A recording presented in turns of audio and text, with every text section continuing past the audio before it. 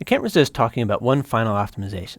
Looking at this load method, notice how the translation to the physical address and the cache lookup happen in sequence. We could speed up our implementation if we could find a way to do this in parallel. At first, this might seem impossible. After all, the cache is indexed by the physical address, and we don't know this until we've done the translation. Recall, however, that only the higher order bits are changed when we go from the virtual address to the physical address. The offsets within the page stays exactly the same.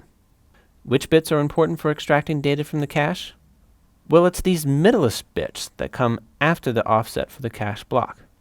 As long as the index bits for the cache don't extend beyond the offset for the page, this little red line here, then we can extract data from the cache before we know the full physical address.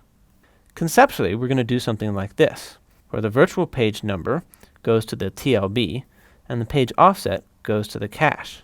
The tag, or tags in the set associative case, then gets compared with the page frame number from the TLB, and the correct data is returned.